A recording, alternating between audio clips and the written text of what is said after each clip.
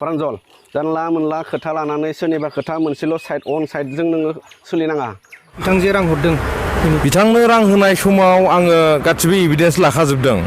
जेरै खुलुमबाय रायजोफोर, पि-थांखि ब्लग चेनेलावहाय नोंथांमोन बयखौबो बरायनानै लाग्रोनाय जाबाय।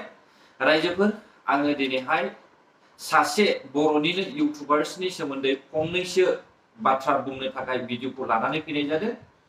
जोङो नुनो मोनदों प्रान्जल नार्जारी इउटुब चेनेलावहाय एग्रिकालचार डिपार्टमेन्टनि बिक्रम बसुमतारी बिथाङा मन्टु बर'खौहाय 30 लाख रां लानानै खारदों होननानै थगायदों होननानैहाय बिथाङा पि नार्जारी इउटुब चेनेलावहाय भिडिअनि गेजेरजोंहाय फोरमायनानै होदों। दा बे भिडिअखौ लानानैहाय मन्टु बर'आ बिक्रम बसुमतारीनि बुंनाय रावनि सायावहाय फिननाय होदों। बिथाङा बुंनाय बायदिब्ला 30 लाख रां नङा, बेयो 5 लाखल' होननानैहाय बुंदों। दा बाथ्राया बेसेबां सैथो, सानैनि गेजेरावहाय मा सोलिलायगासिनो दङ बेखौहाय प्रान्जल नार्जारीआबो मिथियामोन जानो हागौ। दा गेरेन्टिया जाहैबाय बिक्रम बसुमतारीया प्रान्जल नार्जारी इउटुब चेनेलखौ लाफानानै भिडिअ हगारनायनि थाखाय गेरेन्टि। दा प्रान्जल नार्जारीखौहाय बिक्रम बसुमतारीजों लोगोसे मानहानिनि थाखाय केस होनोसै होननानैहाय मन्टु बर'आ बुंदों। नाथाय आंनिफ्राय बेखौनो बुंनो सानो जे प्रान्जल नार्जारीखौहाय खनसेनि थाखाय निमाहा होयोब्ला मोजां जागोन होननानैहाय। स' रायजो राजा नोंथांमोन, जोङो बयबो मिथिगौ जों मानसिसो, माब्लाबा नङा माब्लाबा गेरेन्टिखौ मावखायो। बेनिखायनो खेबसे गेरेन्टिनि थाखाय निमाहा होयोब्ला मोजां जागोन। आरो नङाब्ला मन्टु बर' बिथाङा प्रान्जल नार्जारीखौहाय बिक्रम बसुमतारीनि बुंनाय रावा नंखायब्ला बेखौहाय आरोबाव गोदान खेंफोरथि भिडिअ क्लियारिफिकेसन भिडिअ हगारनानै होनो थाखाय रिक्वेस्ट खालामोब्ला मोजां जागोन होननानैहाय आं सानदों रायजोफोर। स' बाथ्राया बेसेबां सैथो, नोंथांमोनाबो भिडिअखौ जोबजासे खोनासंलांदो। मन्टु बर' आरो बिक्रम बसुमतारी सानैनि गेजेरावहाय मा सोलिलायगासिनो दङ। 30 लाखनि मामला थाखायाथ' आं माजों सुखुगोन? दिनै थिखा मावो, बिल सिल मोननो थांला। एग्रिकालचार डिपार्टमेन्टनि गोजाम बिलखौ मावफुंनो थाखाय 5 लाख रां लानायखौ 30 लाख रां लादों होनना साजायदों बिक्रम बसुमतारीया। 1 लाख 2 लाखबा बेलेग खोथामोन। 30 लाखनि मामला थाखायाथ' आं माजों सुखुगोन? दिनै थिखा मावो, बिल सिल मोननो थांला। बुंदों मा बिक्रमा माबा ट्रेक्टरनि 10 खान ट्रेक्टरनि 3.5 लाखनि फैसा खांना लादों, आं हैदों मादों होनना बुंदों। बे एकदमबारे नंखाय। मन्टु बर'आ एग्रिकालचार डिपार्टमेन्टनि गोजाम बिलखौ मावफुंनो थाखाय 5 लाख रां लादोंमोन। बेखौनो बिक्रम बसुमतारीया गावनिफ्राय 30 लाख रां लानानै खामानि मावफुंना होआखै होननानै प्रान्जल नार्जारी इउटुब चेनेलाव मन्टु बर'नि सायाव बायदि बाथ्रा बांसावदों। बिक्रम बसुमतारीया बुंनाय बाथ्राखौ लानानै खेंफोरथि होदों मन्टु बर'आ। मैयायो आं मोनसे प्रान्जल इउटुबनियाव मोनसे ब्लग नुदों। बे ब्लगा थारमाने आंनि सायाव एसे एलिगेन्स होदों आरो बेयाव थारमाने बुंदों मा बिक्रमा माबा ट्रेक्टरनि 10 खान ट्रेक्टरनि 3.5 लाखनि फैसा खांना लादों, आं हैदों मादों होनना बुंदों। बे एकदमबारे नंखाय।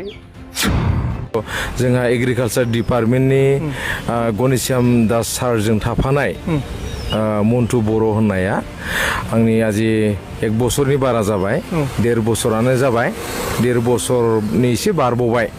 दा बे हिसाबै बिथाङा बे डिपार्टमेन्टनिफ्राय गारि गुरा हरनो हायो होननानै इमिडियेटलि नांगौ, बे 15-20 दिननि गेजेराव। जुदि बिथाङा जुदि थाखाखौ हरनो गोसोबा, जुदि एसे दाननि गेजेराव हराब्ला माबा मोनसे आयेननि साजा लागोन नामा? आयेननि साजाखौथ' लानांगोन निस्सय, मानो लाया होननो। थाखा फैसाया दिनै आंहा जेबो गैया। स' बेनि गेजेराव आं दिनै मालायनि थाखा फैसा गोजा 1 लाख 2 लाखबा बेलेग खोथामोन। 30 लाखनि मामला थाखायाथ' आं माजों सुखुगोन? दिनै थिखा मावो, बिल सिल मोननो थांला। बिक्रम बसुमतारीया मन्टु बर'खौ मुसलपुर ब्लगाव लोगो हमनानै गोजाम बिलखौ मावफुंनानै होनो थाखाय मन्टु बर'आ हानाय नङा होनना बुंसेयावबो बिक्रम बसुमतारीया स्कर्पिय' गारि सिङाव 5 लाख रां फैसा सोनानै होलांदोंमोन। नाथाय खुंथाय सरकारानो गोजाम बिलखौ मावफुंना होआखिसै।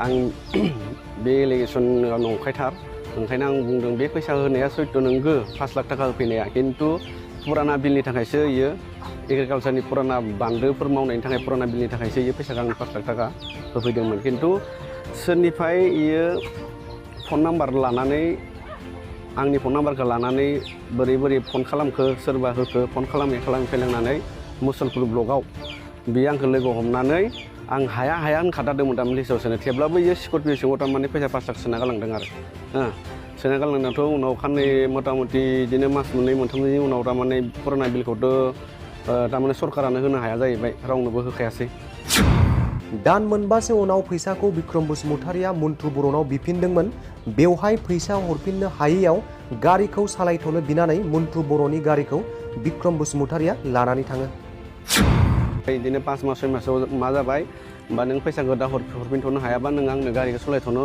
हर होननानै बुंनायखाय आं स्करपिअखौ आंनिफ्राय लाना थांबाय लाना थांदों सानसेखालि मन्टु बर'आ गुवाहाटीयाव गारि फाहामनो थांनाय समाव लोगो मोननानै गारि साबि आरो मबाइल फनखौ सेनानै लायो आरो बेलासि समाव मन्टु बर'खौ बिक्रम बसुमतारिया गावनि बलेर' गारियाव दिखांना सिनाय मोनै जायगाथिं लानानै थाङो आरो गारि सायावनो गोजाम दलिनाव सिगनेचार होहोनायजों लोगोसे ब्लेंक पेपाराव सिगनेचार होहोदों मन्टु बर'नि गारियाव 3 लाख रां दंमोन बेखौ लानानै माखासे सिगनेचार गोनांखा चेक पेपारखौबो लानानै थांदों बिक्रम बसुमतारिया लाना थांखांनानै बिदिनो मास मोननै मोनथामसो उनाव आङो जेथिया वेगेनार बोराय गंसे दंमोन बेखौ आं गुवाहाटीयाव बानायनानै सालायनो होननानै जेथिया लांबाय बानायखांनायनि उनाव थाग थिग जेथिया थारमाने माबा सालायनायनो होननानै माबा खालामबा थाग थिग आंखौ बिक्रमा लोगो मोनहैबाय आरो लोगो मोनहैनानै इयो मा खालामबाय लोगो आंनि गारि साबिखौ लाखाबाय ओमफ्राय मबाइलखौबो लाबाय ओमफ्राय गावनि मोना जाबाय दै बेलासिनि 5ता 6तासो जाबायमोन आरो बेनिफ्राय गावनि स्करपिअ सोना लांनानै बबेबा गोजानाव लाना थांदों आंखौ माबायाव बलेर' सोना लाना लांनानै बेयाव सोरबा सानै मानसि लोगो हमदों आरो लोगो हमनानै बे गारि सायावनो ओमफ्राय पुराना दलिनाव साइन खालामहोदों ओमफ्राय आरो माबा मा होनो पेपार गुफुर पेपाराव साइन खालामहोदों आरो लोगोफोरखौ फन खालामनो मबाइल बिनायाव सोरनोबा फन खालामोबा नोंखौ गावगोन होनना सिगिदों बिक्रम बसुमतारिया आरो मन्टु बर'नो गारि भारा लां होनना 1000 रां दिहुननानै हरफिनदों बेनिफ्राय आं बुंदोंमोन आंबो लोगोफोरखौ फन खालामनो हर होनना बुंनायाव बियो मा बुङो रावखौ फन खालामनो मबाइल सोनानै गावगोन मागोन होननानैसो आंखौ थारमाने धमखि होबाय थायो आरो बेनिफ्राय मबाइल लाखिबाय बेनिफ्राय आंनि वेगेनाराव चेक बुक दंमोन 10 खानसो साइन खालामखानाय दंमोन ओमफ्राय आरो फैसा 3 लाख थाखा दंमोन बेफोर गासैबो लांफाजोब्बाय आं एखौनो मोनबोखायाखै दा ओमफ्राय गावनो बेनिफ्राय गारि भारा लाना थांनानै 1000 थाखा आंनो हरदों बिक्रमा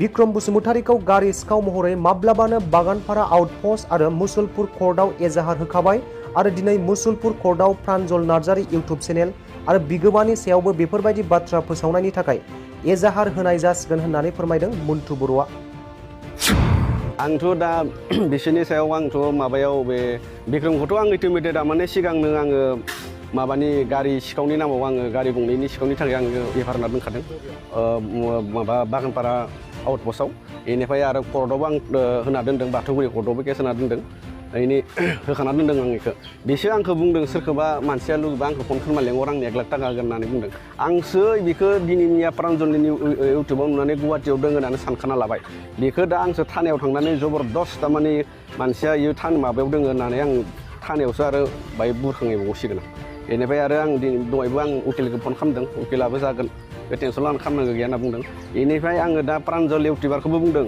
इउटुबखौ सोलायनोबा मोजां सालाय प्रान्जल जानला मोनला खोथा लानानै सोरनिबा खोथा मोनसेल' अन साइडजों नोङो सोलिनाङा इउटुबा नोङो सब मानसिनि एगेन्स्टआवसो नों इउटुब बानायो बेलेग इउटुबारखौ नुवाखै नामा नोङो बि बयसमोनखौ नुवाखै नामा माबायदि इउटुब बानायो नोङो दिनै इंलिश मेकारमोनखौ नुवाखै नामा आलफेटमोनखौ नुवाखै नामा नोंलाय मा मानसि सायावसो इउटुब खालामो नोङो बिक्रमनि खोथाखौबो खोनासंमोन आंनि खोथाखौबो नोङो खोनासंमोन आंनि खोथायाव आं न'आवलागै फैयोमोन नोङो जुदि नों इउटुब मान हेगार थानो रोंबा खिन्थु प्रान्जलखौबो आङो मानहानि केस होनाय जागोन कर्टआव आं सब रेडि खालामना लाखाजोब्बाय दिनैनो आं बाथौगुरि कर्टआव होगोन मुसलपुर